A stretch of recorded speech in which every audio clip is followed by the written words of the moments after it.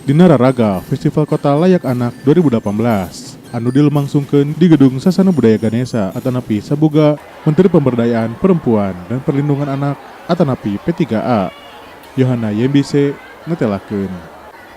Penetapan 16 daerah di Jawa Barat selaku kabupaten kota layak anak kumargi kantos nyekapan sejumlah kriteria anu ditetapkan pemerintah. Sapertos kriteria pertama, Madya, Nindya, sareng utama.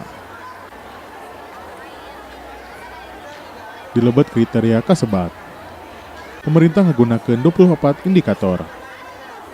Salah sawiosna, nyata akta kelahiran pikeun kebutuhan pendidikan sareng kesehatan murang kali sangkan tiasa kacapai.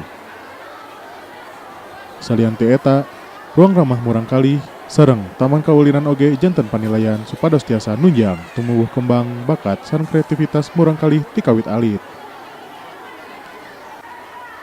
Anjeunna jebatkeun, kedah aya perubahan anu ageng kangge ngajagi murang kali. Di antawisna, nyata dinamasihan perlindungan supados henteu nikah di bawah umur anu ideal.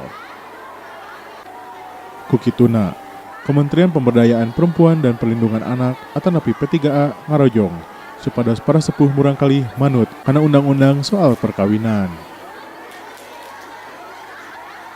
Membuat Jawa Barat ini bisa semakin hari semakin maju, khususnya perempuan-perempuan. Saya titip juga yang berhubungan dengan human trafficking, karena Jawa Barat termasuk yang terbesar juga traffickingnya. Jadi dengan adanya kegiatan seperti ini, dengan sekolah-sekolah perempuan yang mau dibuat oleh Pak Gubernur, maka akan sedikit demi sedikit kita akhiri korban-korban trafficking yang berasal dari Provinsi Jawa Barat. Gubernur Provinsi Jawa Barat. Tina 27 kabupaten kota di Jawa Barat, ayeuna kantun 11 daerah anu kedah dirojong, sangkan tiasa sapertos 16 kabupaten kota anu liana. Anu dipiharap di Provinsi Jawa Barat, human trafficking kalawan kekerasan kamurang kali sareng istri henteu seueur kajantenan. Di Kota Bandung, Iman Mulyono ngawartakeun.